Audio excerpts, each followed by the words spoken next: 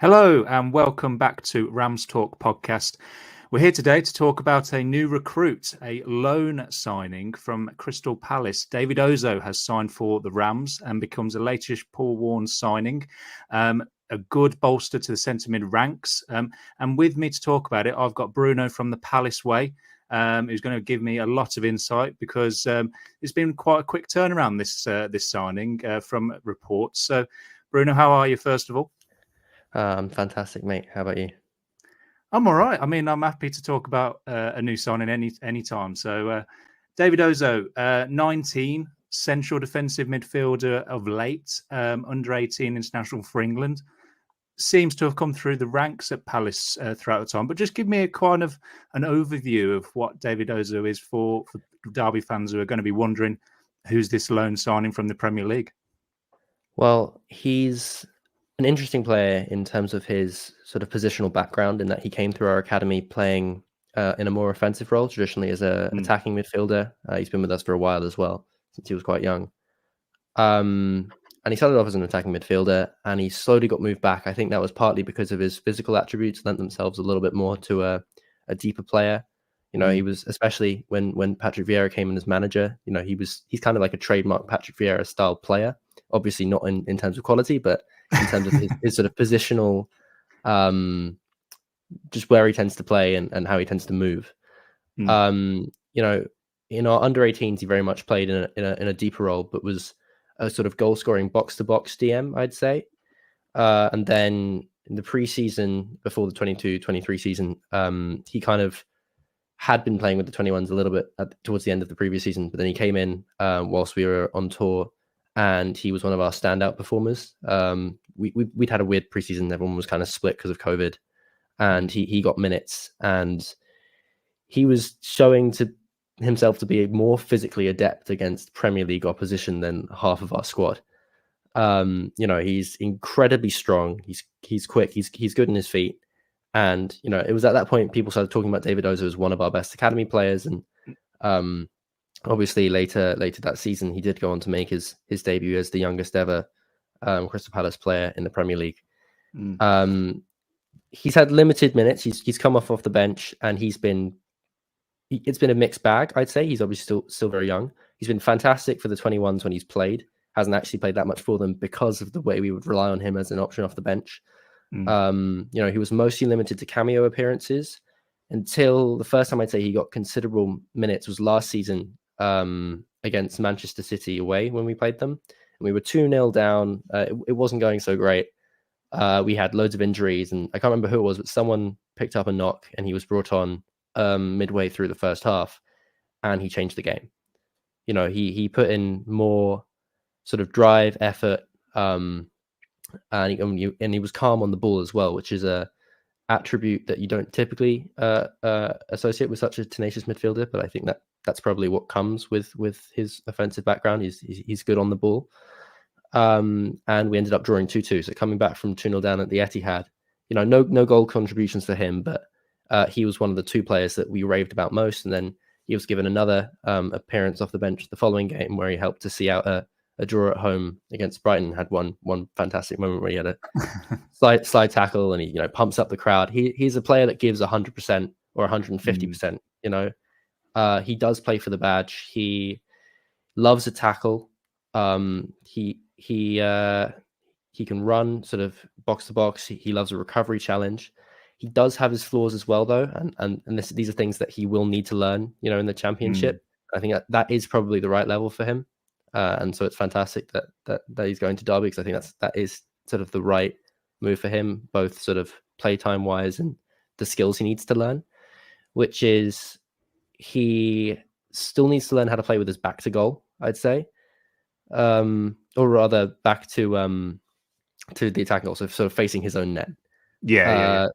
He tends to get a little bit nervy in those situations, especially earlier on in his time at Palace. He'd sort of get the ball in that position, and someone would get a little bit too close to him than you're used to seeing in the Premier League before he makes a pass. Never result in an error. However, after Oliver Glasner came in at Palace, there wasn't really space for David Ozoh when we started having a 2-man midfield rather than a 3-man midfield, because we don't play with a sort of holding midfielder that could be supported by two more senior players.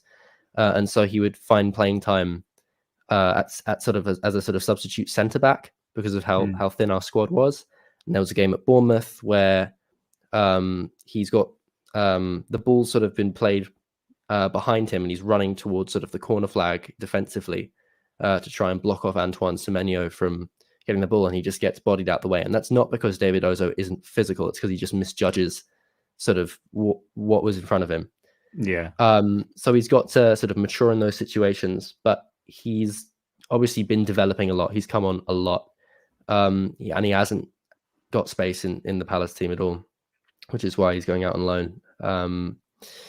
Because he played in a game for Palace's Palace's first team in a preseason friendly on Friday, and he got a secondary assist. He made a fantastic driving run forwards, coincidentally from right wing back, because that's where Glasner's deploying him now. I think that was more sort of bad luck for Ozoh, but he drove forward from the halfway line, played a beautiful defense splitting pass through to Daichi Kamada, who then set up Jezrin Raksaki to score. But the point is, he is versatile in midfield. He is a defensive midfielder, but he can drive forward.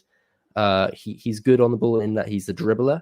I'd say his passing short distance is as you'd expect for a Premier League player, but he's not maybe got the range of pass yet. So to conclude this slightly long monologue, I'll say that he is the player you need him to be defensively, and he'll make the safer passes, but he needs to gain more confidence in terms of creativity, because he's got the ability to drive and set up a teammate. I just don't think he's had the confidence or system around him to do that in the Premier League. And I think, these days you want your holding midfielder to be sort of spraying out passes a little bit more or playing longer passes. And he's not got that in his game just yet, but hopefully that can come along and prove to be beneficial for Derby. Yeah, I mean, if anyone needed a spokesperson for anyone, Bruno, that's probably the best thing you've done there is going to give Derby fans a real insight into what David Ozoh can bring the Rams for the upcoming season. I mean, when you look at the individual appearances that he did, you pointed out a couple there. The one against Manchester City where he really kind of set his mark coming off the bench for Crystal Palace. I mean, looking at a couple of the stats, he did a 94% accuracy in terms of passes in that game, and playing 56 minutes in CDM against Manchester City away at the Etihad. That's no mean feat, and he might have only done 9 or 10 passes in those, but to complete those and kind of be a real game changer in what you say, in how he instigated a fight back for you guys, seems really, really good for such a young player as well. I mean, 19 is physical attributes look to be a big one for him. And I mean, in a CDM role in the Championship, you probably say that. Would you say CDM is his best position? Obviously, you mentioned there that he's been kind of dotted in and around multiple positions of late, and that's probably the reason why he's looking at getting first team experience out on loan. Do you think CDM for Derby is the best position for him in that 3-4-3 formation, which by the looks of it, he seems to be quite well equipped for? So that's probably one of the reasons why Paul Warne's kind of looked at him and thought definitely one for the depth charts. I think a 3-4-3 at Championship level is probably in that sort of CM DM role would probably be his best position. I wouldn't expect him to play further forward at all, given sort of how he's developed since leaving that position. As I was saying, he's just a fantastic tackler. He intercepts the ball pretty well, I'd say. That was one of his standout skills for our 21s. But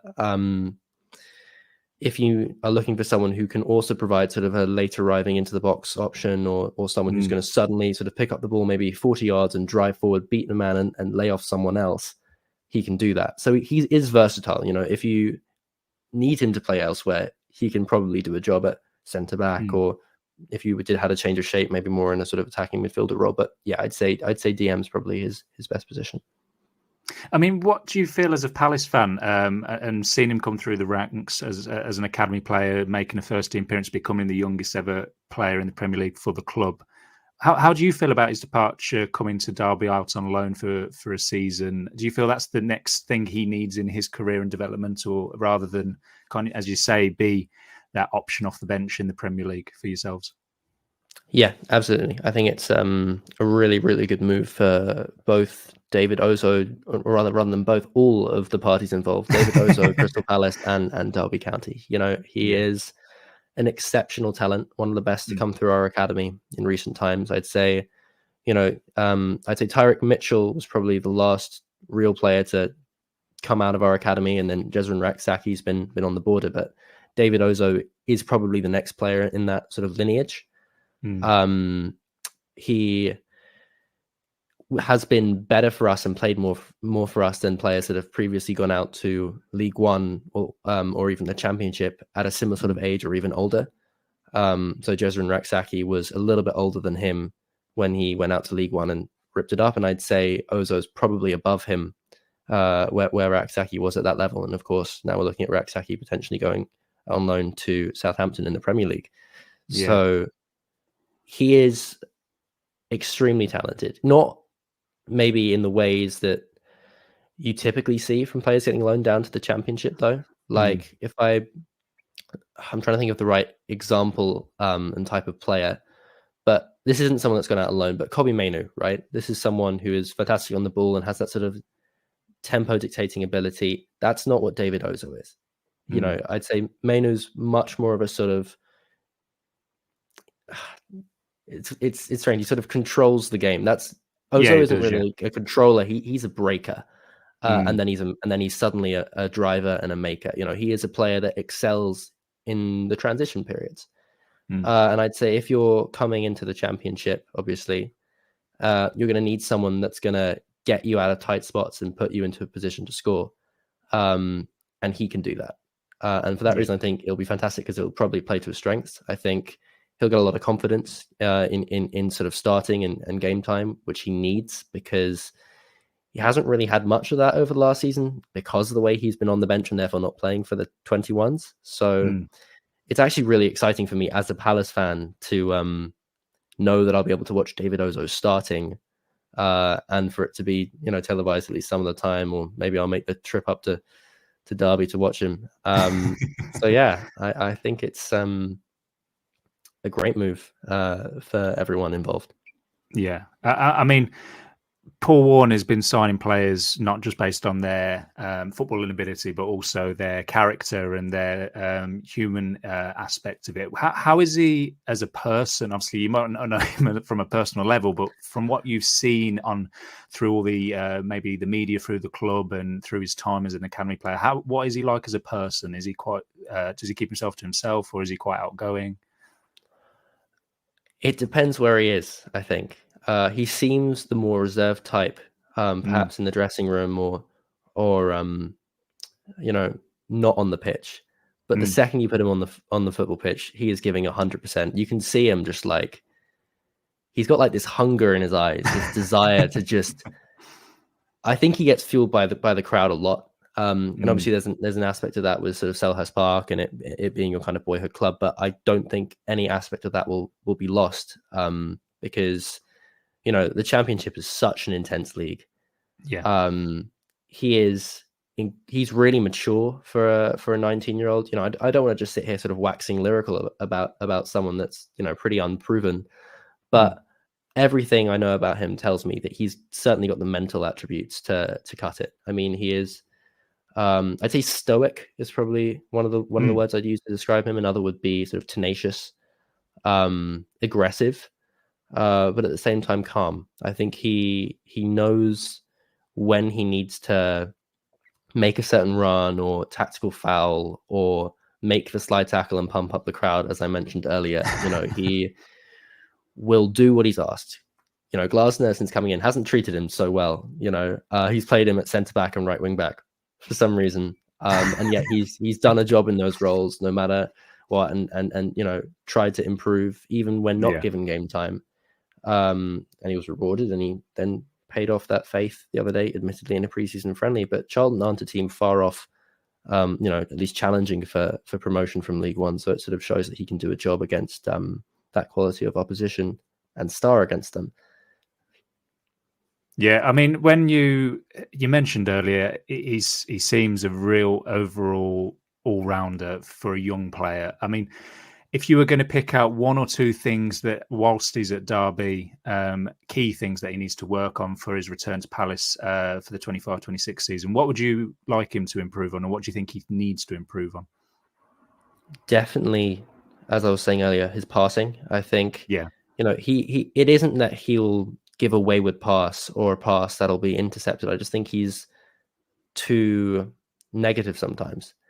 It's kind of funny in a way because both his physical build and the way he tends to treat the ball is actually quite similar to a rugby player, in that he will make a driving run forward and then pass backwards or sideways to set off a teammate because he can't quite work out what's going on in front of him. So, he's got the ability to beat a man, as I was saying, and drive forward.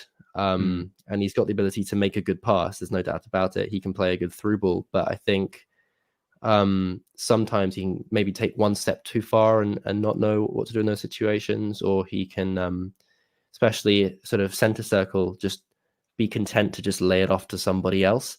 I'm not sure how that'll translate to the Championship, but I'd like to see him be more ambitious and take more risks. And I think with that, he'll sort of hone his weight of pass to be of a high quality. And I think another would be his defensive positioning at times. Obviously, under Roy Hodgson, we were an incredibly well-drilled side. We would default back into our defensive formation against Manchester City, for example.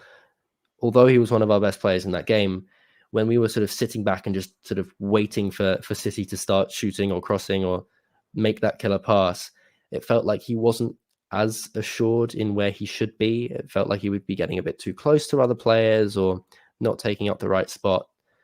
He's got no issue with his temperament. He's not going to make stupid fouls. He's not going to get sent off for something stupid. But sometimes he can just get in the wrong position. And I don't know why that is. Maybe it's because of his sort of positional versatility and sort of rapidly changing development. But I think in game time and in a fantastic manager, I think he should develop that aspect. And hopefully with those two attributes improving by the time he comes back to Palace, we'd have someone ready to compete for a place in the Premier League. Yeah, I mean, that's what all loan positions and loan transfers you want is, as a parent club, you want them to come back a better player than when they left. I mean, with that said, we always ask our guests for these episodes, do you think he will succeed at Derby, David Ozoh, for the upcoming season? I'm going to try and sort of dampen the high expectations I've been setting for him, but recently, we've only made one, I think, loan to the Championship, being Teo Adremola a couple seasons ago. He played one game in the Carabao Cup before being recalled in October. That proved to be a move, I think, too soon for him. Coventry weren't in the best place at the time. They had some issues with their stadium, and it wasn't the right move, it turned out. I think that's not going to be the case with Derby. Obviously, you guys are on the up at the moment. And if he can get that play time, I think it'll be a fantastic loan move. I think he will succeed, but he just needs to play, and he needs to be played next to someone who will give him the support he needs to sort of come out of that shell. Because I guess in being such a reserved character off the pitch, sometimes that can translate on the pitch. Out of possession, there's less risk. If you make a tackle, you give away a foul, fine, you've still stopped an attack. But in possession, if you give the ball away, suddenly you can find yourself defending. And in the Premier League, you get punished for that. In the Championship, maybe less so. So if he's got, the right sort of senior voices around him to let him know it's okay to take a risk and I've got your back, then he can certainly succeed. Well, we will see how David Ozoh plays out with his loan spell now at Derby County, which has been confirmed. When we return, we will be looking at the upcoming season at Rams Talk. But Bruno, thank you very much for your time. If we're any Palace fans who really are David Ozoh fans and have listened to this podcast, really looking forward to probably watching him now after the monologue you gave him. But where can they find you and the team at the Palace Way, and where can they listen to your content? Well, the Palace Way podcast is available on pretty much every platform, Spotify, Apple Music. If you want to read one of our articles, we've got one on David Ozoh called David Ozoh, Crystal Palace is 1%. That's on our website, thepalaceway.com. And if you want to stay tuned with anything else relating to the Palace Way, we're on Twitter at the Palace Way. So yeah, just thank you very much for having me. Great to be on. No problem at all. And if you did enjoy, please do leave a like, subscribe if you watch this on YouTube. As Bruno said, we're also on Spotify, Apple Pods. You know where to find us by now. But we will see how David Ozoh plays out, as he's just been confirmed to move